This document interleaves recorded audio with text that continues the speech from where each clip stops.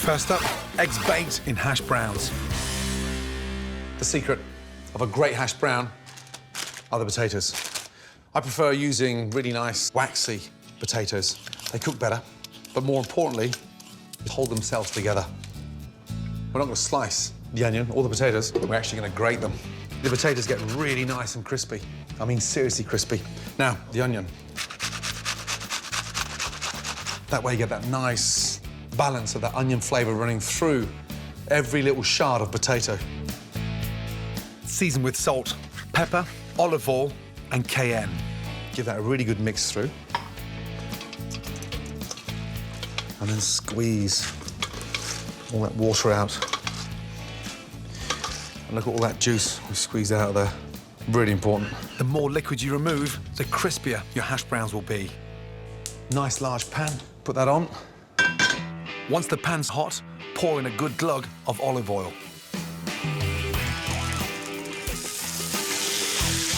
That sound confirms how important it is to have your pan nice and hot. So it seals the grated potato and onion together. So take the spoon and just pat it down. What we're trying to do now is get it really nice and compact. Going round the outside of the pan with little flecks of butter. You just slip them down the back gently. And that gets the onions caramelised. Here's a great tip for turning your hash browns over quick and easy. Take a plate, place it on top, and just flip it over, and then slide it back in very quickly. You see the colour we've got on there now. We've got that nice, crispy texture of the potato. I'm going to use the hash brown as a bed for my baked eggs. Crack in your eggs nice and gently. Just a little sprinkling of the cayenne to make the eggs a little bit spicy. Then, into a preheated oven for 6 to 8 minutes. Meanwhile, onto my bacon, and I'm giving it a classic American twist. Now, one thing I could never get my head around when I first started eating lots of American breakfast was the sweetness from the bacon. I've grown up to love that combination of smoky sweet flavours, and it's so easy. Pan on and simply heat olive oil, brown sugar, salt and pepper, and butter. Bacon in, and as it cooks, it becomes irresistibly caramelised and golden brown. Turn off the gas, and my glazed bacon is absolutely ready. Beautiful. Now, my hash browns and baked eggs are ready. Wow. Look at that. Beautiful. Just put your spatula underneath there, onto your plate. And that bacon sits beautifully on top of the baked eggs and that hash brown underneath, and you can see why the best breakfasts in the world are always in America. This is an all-American superhero of a breakfast. Eggs baked in hash browns with glazed bacon. When it comes to cooking techniques, barbecue is virtually a religion in America, especially in the southern states. Down there, the real barbecue pros use big open fire pits to get huge joints of meat, super succulent and fantastically perfumed with smoke and spice. So, my ultimate American dinner has to include an amazing melt-in-the-mouth barbecue beef. But I'm doing it the easy way, cooked in the oven, low and slow. We're creating barbecue-style beef brisket with crunchy coleslaw and sweet potato wedges, which will be right up her street. Holly! Now, you love barbecues, right? Yes. So, you're gonna help me barbecue this delicious piece of brisket.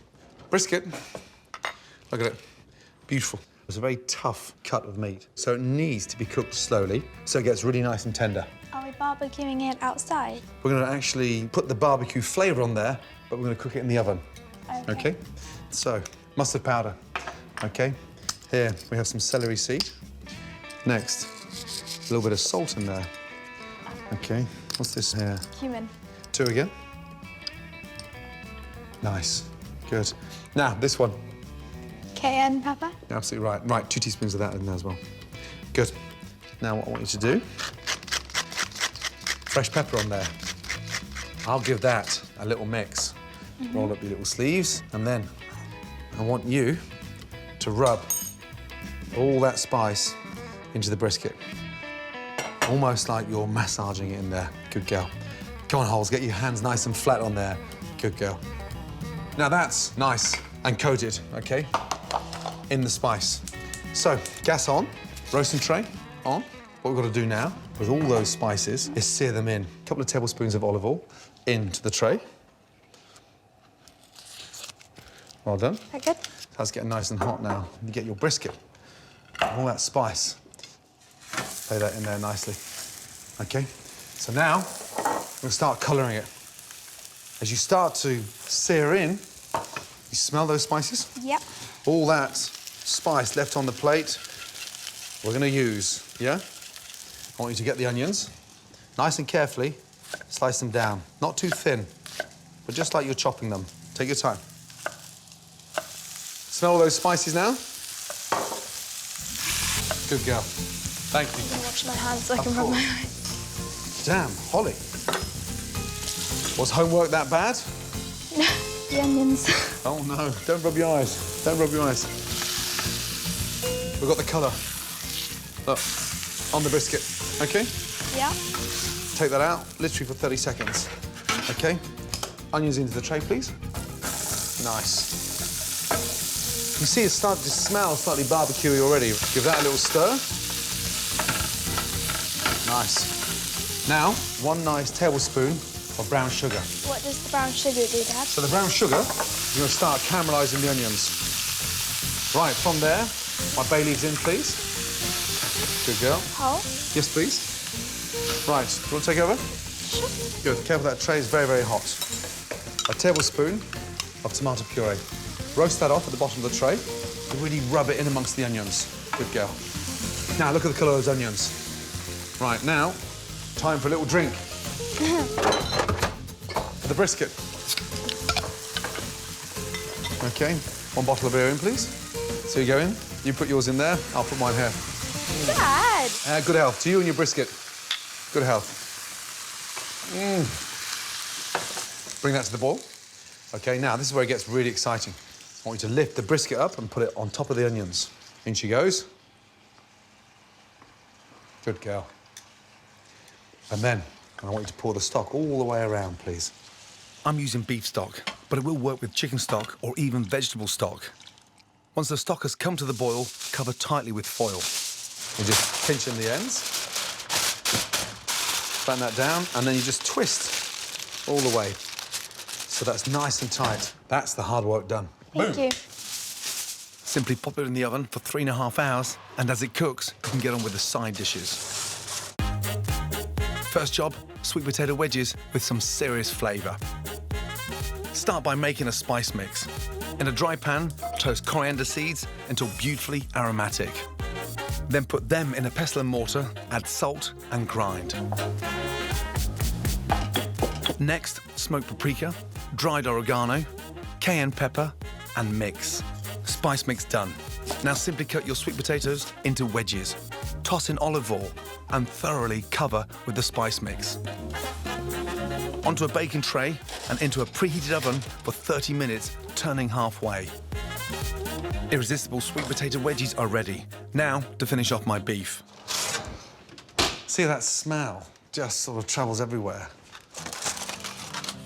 Oh. Now, look at that.